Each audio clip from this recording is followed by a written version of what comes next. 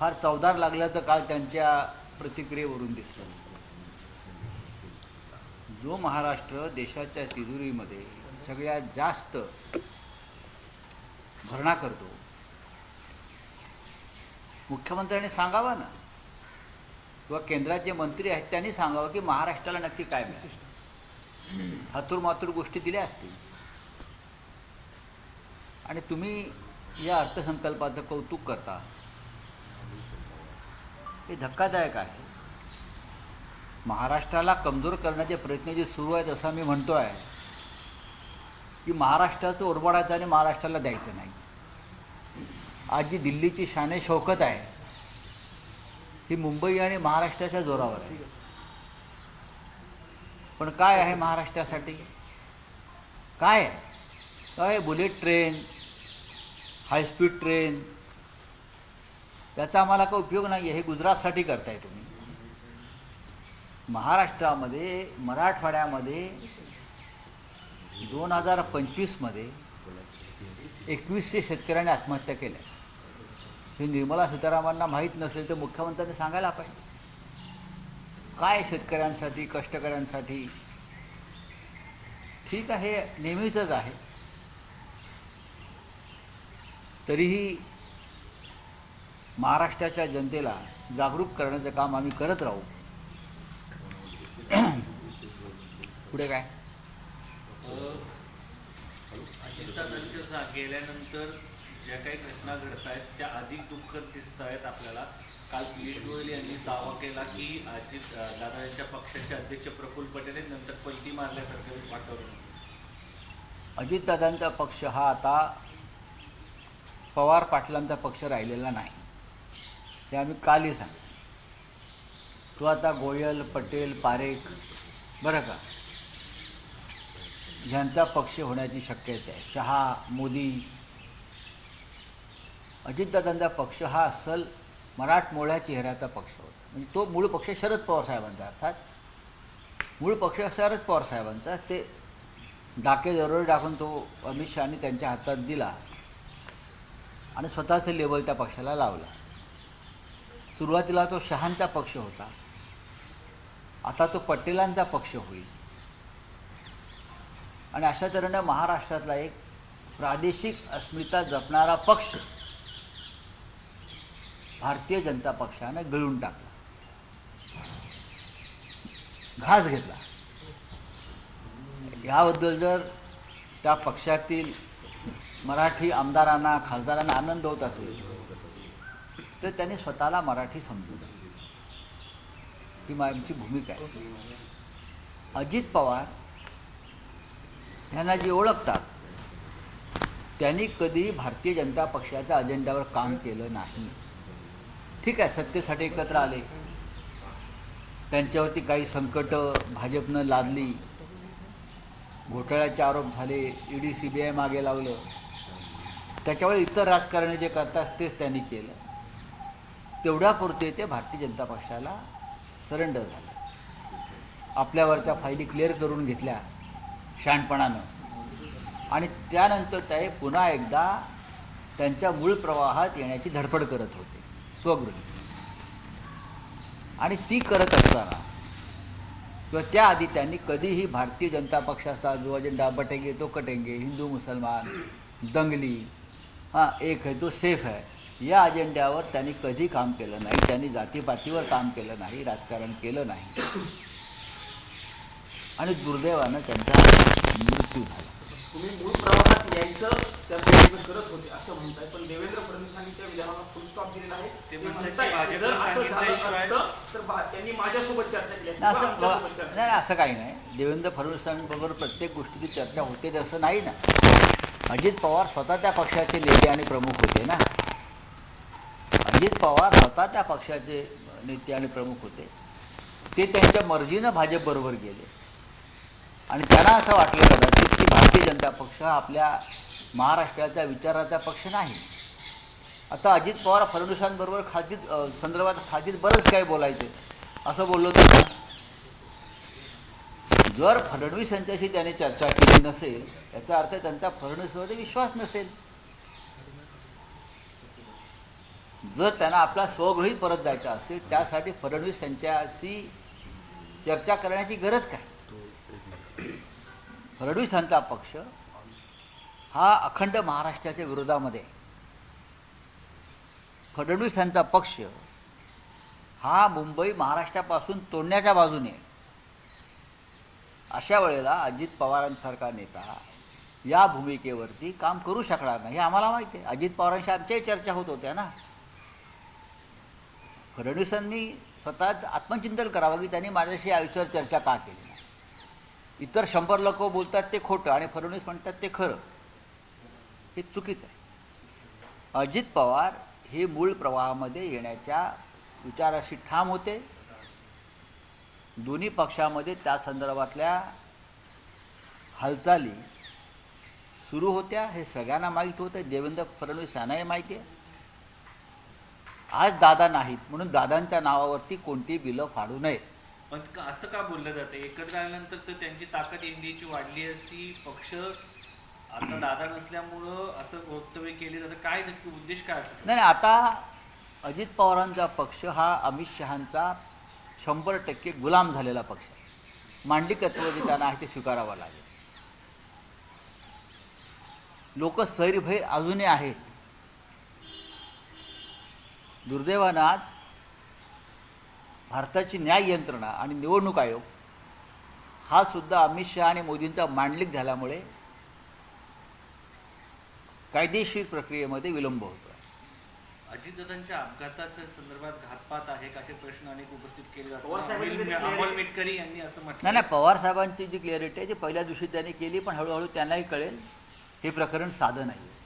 अमोल मेटकरी असं म्हणतात एक की लक्षात विमानातील 6वी व्यक्ती कुठे नाही, गेली? प्रश्न असा आहे की अजित पवारांनी स्वगृही जाणे हा भारतीय जनता पक्षाचा पराभव होता. देशातल्या राजकारणाला कलाटणी देणारा तो निर्णय ठरला असता आणि भारतीय जनता पक्षाची जी दहशत आहे ती मोडून गेली असती. अजित पवार मागे फिरले असते. तर नंबर 1, अजित पवार जे वारंवार सांगत होते माझ्याकडे भारतीय जनता पक्षाच्या घोटाळ्याची फाईल आहे आणि मी उघड करीन, हे त्यांनी 15 जानेवारीला सांगितलं.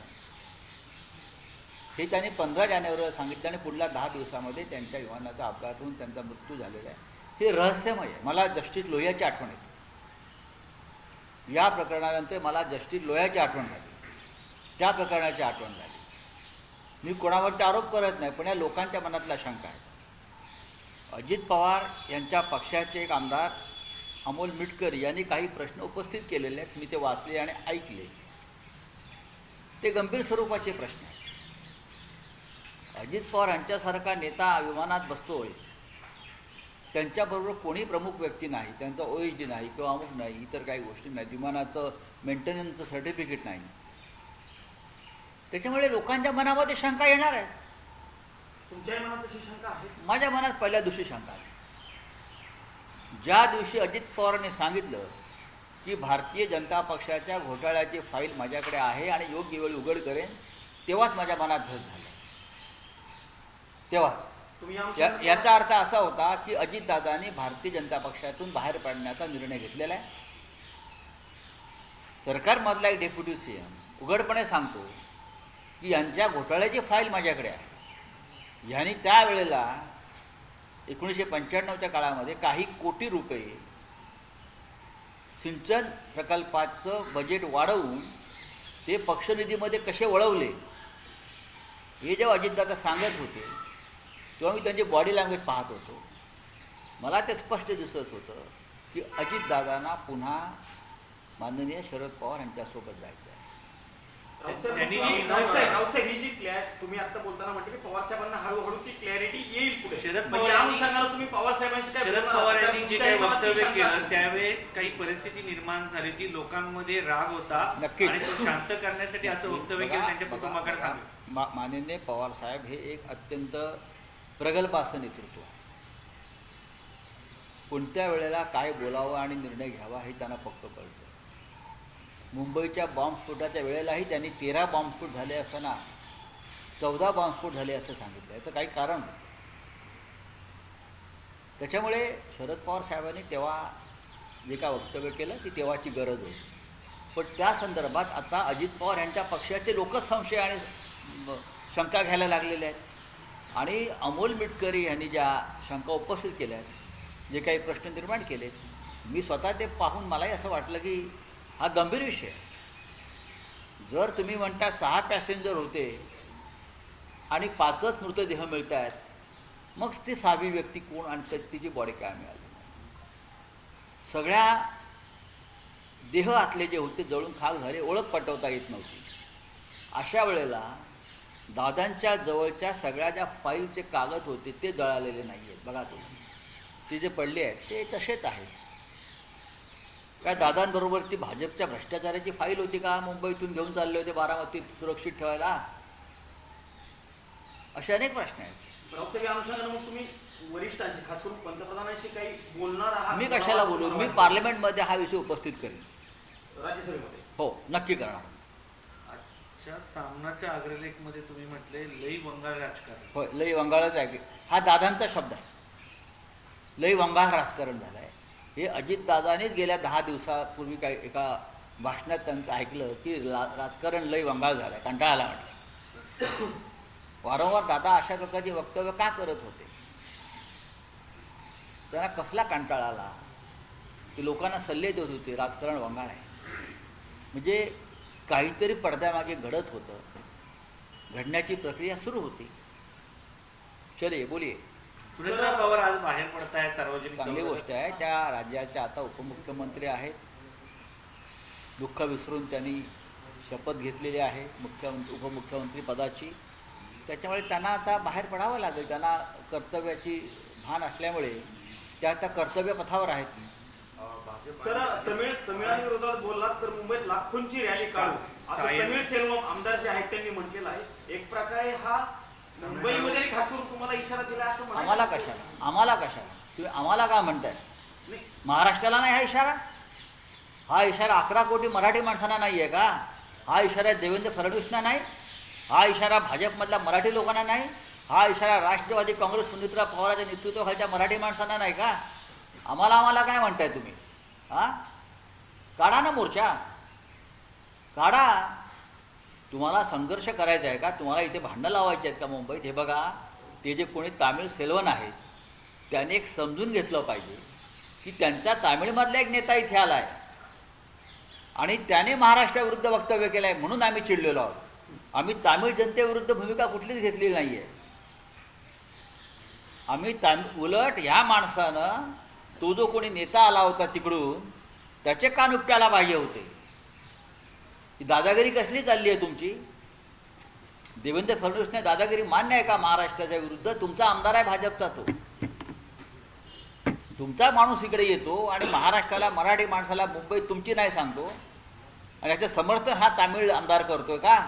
याला भाजपनं काढून टाकलं पाहिजे. जर तुम्ही महाराष्ट्रप्रेमी असाल तर पक्षातून याला पुढली उमेदवारी देता कामा नये. जनतेने रस्ता उतरला पाहिजे. मुंबईत कसं काय होईल?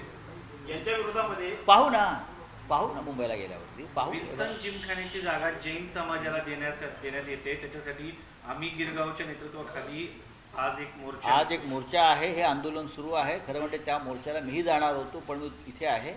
पण पुढल्या आंदोलनामध्ये आम्ही तिकडे असू. एक ऐतिहासिक जिमखाना, विल्सन जिमखाना म्हणून जो प्रसिद्ध आहे, तो सर्व नियम आणि कायदे बाजूला ठेवून जैन संघटनेला देतात. गिरगावचे मराठी लोक तो जिमखाना मागत होते. त्यांना न देता मंगलप्रभात लोढा यांच्या दबावाखाली देवेंद्र फडणवीस यांनी ती जागा बहाल केली आणि तिथे आता गिरगावमधल्या मुलांना खेळायलाही परवानगी देत नाहीत. काय चाललंय या महाराष्ट्रामध्ये? मुंबईतून अल्पवयीन मुली बेपत्ता होण्याचं प्रमाण वाढलंय. 36 तासात 12 अल्पवयीन मुले बेपत्ता झाले. आता राज्याच्या उपमुख्यमंत्रीपदी एक महिला आलेली आहे. त्या महिला उपमुख्यमंत्र्यांचं अभिनंदन, स्वागत या देशाचे प्रधानमंत्री नरेंद्र मोदी, गृहमंत्री अमित शहानी केलेलं आहे. मुख्यमंत्री देवेंद्र फडणवीस यांनाही असं वाटतं आहे की महिला उपमुख्यमंत्री झाल्यामुळे महिला सशक्त होतील, सबळ होतील. त्याच्यामुळे हा जो काही प्रकार आहे मुली बेपत्ता होण्याचा, त्याचा छडा त्याने लावला पाहिजे. जर रोहित शेट्टीवरतीच्या घरावरती हल्ला करणारे 5 लोक 24 तासात पकडले जातात का? कारण तो रोहित शेट्टी आहे, तो जुहूला राहतो. मग या सामान्य घरातल्या मुली जर बेपत्ता होत असतील, त्यांना कोणी पळवून नेत असेल, अपहरण करत असेल, ती जबाबदारी कोणाची आहे? चला, अजितदादांचे एकदम जवळचे म्हणून किरण गुजर ओळखले जायचे. ते म्हणतायत की दादांची इच्छा होती की पुढच्या 10-15 दिवसामध्ये पक्षाचं विलिनीकरण व्हावं, बाकीच्यांना काय बोलायचं ते बोलू. पण मी काय मगाशी सांगितलं वेगळं, आम्ही काय सांगितलं? चलिए बोलिए. महाराष्ट्र में मुख्यमंत्री अजित पवार जी के एक्सीडेंट को लेकर कई सवाल उठाए जा रहे हैं, कई उनके ही एमएलए अभी एमएलसी. देखिए, अजीत दादाजी का जो एक्सीडेंट हुआ है उसके ऊपर सवाल तो उठेंगे और उठने भी चाहिए. अजीत दादा पवार जैसी एक लीडर, एक बड़ा नेता महाराष्ट्र का, जिस प्रकार से विमान दुर्घटना में उनकी मौत हो गई और जो तथ्य सामने आ रहे हैं, मुझे लगता है उसके ऊपर सिर्फ हम जांच करेंगे, हम रिपोर्ट देंगे, नहीं, कुछ ना कुछ गड़बड़ है. और जिस प्रकार से ये आवाज़, ये सवाल अजीत दादा के पार्टी से उठ रहे हैं, ये रहस्यमय है. उनकी मौत जो है वो रहस्यमय है. कुछ तो हुआ है पर्दे के पीछे. अजीत दादा ने ये कहा था कि मैं पुराने घर में जाना चाहता हूँ. फिर अजीत दादा ने कहा, उसके बाद बीजेपी के लोगों ने अजीत दादा को धमकाया कि अभी तक आपकी सिंचन घोटाले की फाइल बंद नहीं हुई है भाई. ये धमकी थी अजीत पवार. फिर अजीत पवार ने जवाब दिया, मेरी बात छोड़ दीजिए, आपके सिंचन घोटाले की फाइल मेरे पास है. उसके बाद 10 दिन बाद अजीत पवार की रहस्यमय रीत्या मौत होती है. उसका क्या अर्थ हम कहेंगे? मुझे तो जस्टिस लोया की याद आ गई कि कुछ नया, कुछ कांड किया है क्या किसी ने? गड़बड़ है. बजट पर सर